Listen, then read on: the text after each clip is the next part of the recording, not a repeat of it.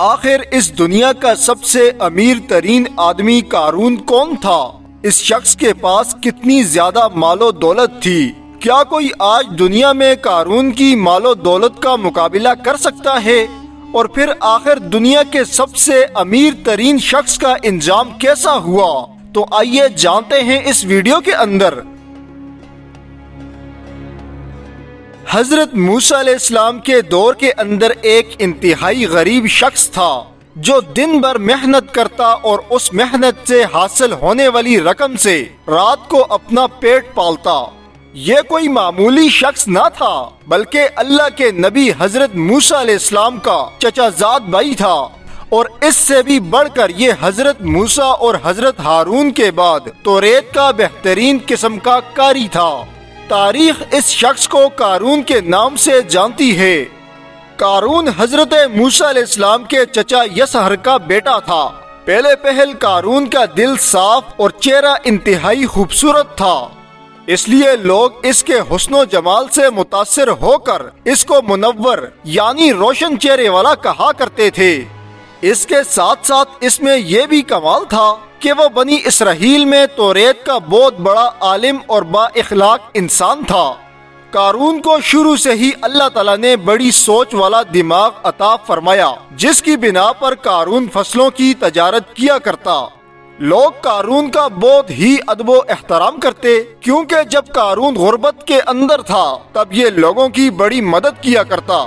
اس لیے بنی اسرائیل کے لوگ حضرت موسیٰ اور حضرت ہارون کے بعد قارون کو بڑی عزت کی نگاہ سے دیکھا کرتے تھے۔ بے شمار دولت اس کے ہاتھ آتے ہی اس کے حالات میں ایک دم تغیر پیدا ہو گیا، اور قارون سامری کی طرح منافق ہو کر حضرت موسیٰ کا سب سے بڑا دشمن بن گیا اور اعلیٰ درجے کا متکبر اور مغرور ہو گیا۔ قرآن مجید میں قارون کا ذکر 4 مرتبہ آیا ہے، اور اس کے ساتھ ساتھ قرآن پاک کے اندر ہی قارون کو فرعون اور حامان کی طرح بدکار لوگوں میں پکارا گیا۔ قرآن کریم کے اندر قارون کو قارون کے نام سے پکارا گیا، جبکہ توریت کے مطابق اس کا نام کورا تھا۔ فرعون کے دور حکومت میں قارون نے حضرت موسیٰ کا دین قبول کر لیا۔ اس کے ساتھ ساتھ قارون نمازیں پڑھتا اور توریت کی تلاوت بھی کیا کرتا، مگر حقیقت میں قارون ریاکاری اور کمزور عقیدے کا انسان بن چکا تھا۔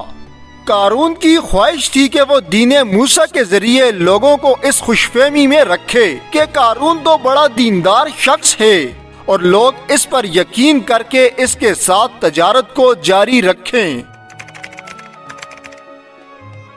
قارون نے شروع سے ہی تجارت کا کام شروع کر دیا۔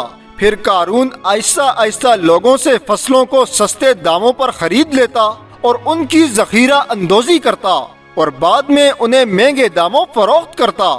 قارون معاملات میں کم تولتا، دھوکہ دیتا اور بے انصافی کرتا۔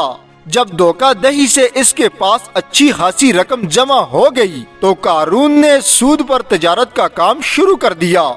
جتنا اس سے ہو سکتا تھا یہ لوگوں پر اتنا ظلم کرتا اور دوسروں کے مالوں پر بھی قبضہ کر لیتا۔ اس طرح کرتے کرتے قارون نے اپنے پاس ایک اچھی خاصی رقم جمع کر لی، اور پھر بعد میں قارون نے سونے کی تجارت شروع کر دی۔ قارون کو مال و متاع بہت زیادہ عزیز تھا۔ در حقیقت قارون خدا پرست نہیں بلکہ دولت پرست تھا۔ قارون اپنی دولت کو عیش و عشرت میں خرچ کرتا۔ پھر بعد میں قارون نے ایک بہت ہی عمدہ محل بنوایا۔ اس محل کی دیواروں کو سونے اور جواہرات کے ساتھ مزین کیا گیا، حتیٰ کہ قارون اپنے گھوڑوں اور اونٹوں کو سونے اور جواہرات سے مزین کیا کرتا۔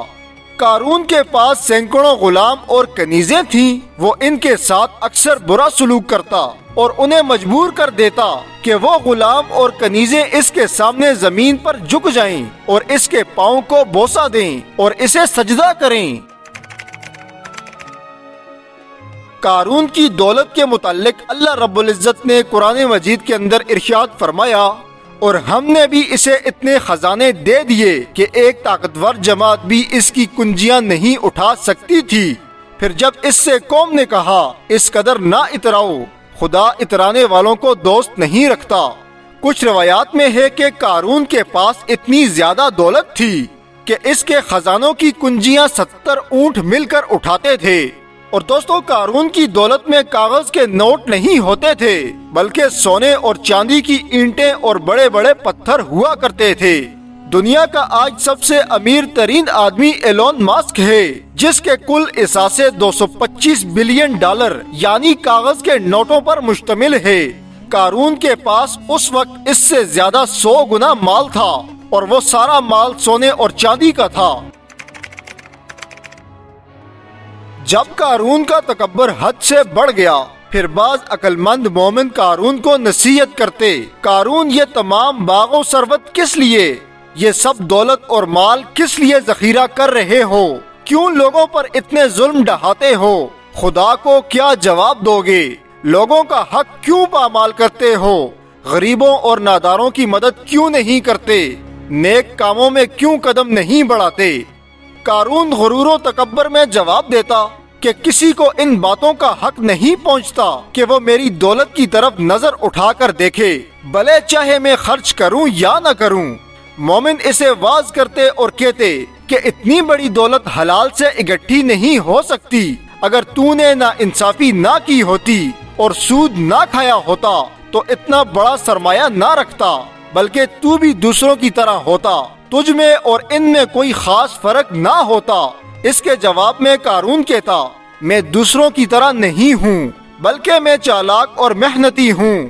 میں نے اپنی محنت کے بل بوتے پر یہ تمام دولت کو اکٹھا کیا۔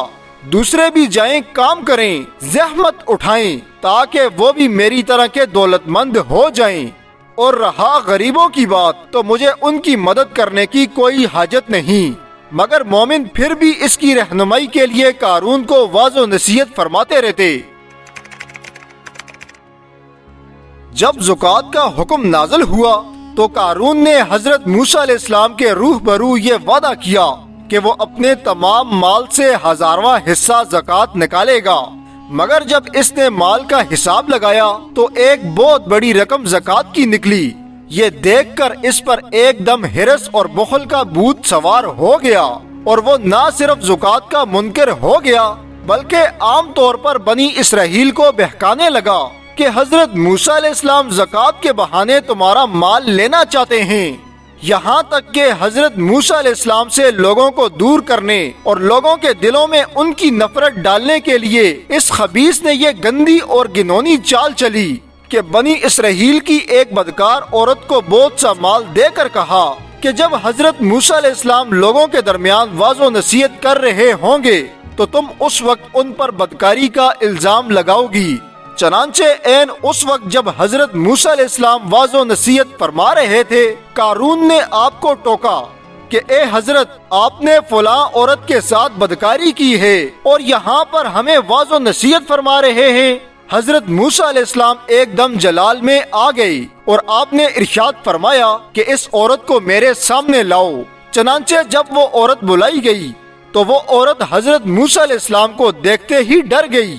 پھر حضرت موسیٰ علیہ السلام نے فرمایا، اے عورت، اس اللہ کی قسم جس نے بنی اسرائیل کے لیے دریا کو پھاڑ دیا اور عافیت کے ساتھ دریا پار کر فرعون سے نجات عطا کی، سچ سچ بتا کہ معاملہ کیا ہے۔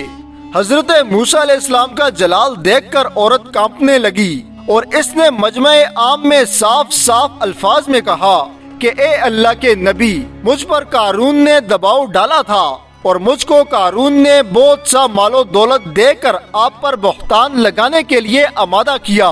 تو اس پر حضرت موسیٰ علیہ السلام ابدیدہ ہو کر سجدہ شکر میں گر پڑے اور بحالت سجدہ آپ نے یہ دعا مانگی، اے میرے پروردگار، قارون پر اپنا غضب نازل فرما۔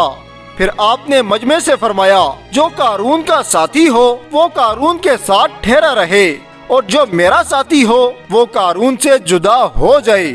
چنانچہ 2 خبیثوں کے سوا تمام بنی اسرائیل قارون سے الگ ہو گئی۔ پھر حضرت موسیٰ علیہ السلام نے زمین کو حکم دیا، اے زمین، قارون کو پکڑ لے۔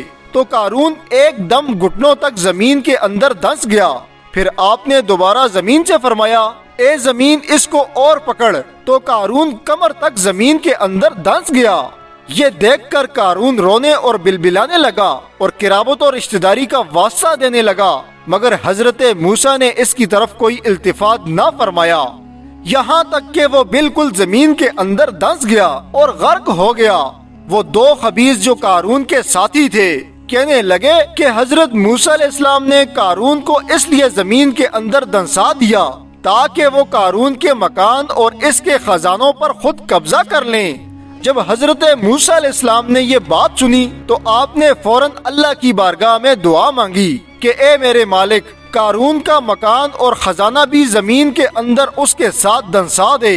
چنانچہ قارون کا مکان جو خزانے اور سونا چاندی کے ساتھ بھرا ہوا تھا وہ بھی اللہ کے حکم سے زمین کے اندر دھنس گیا۔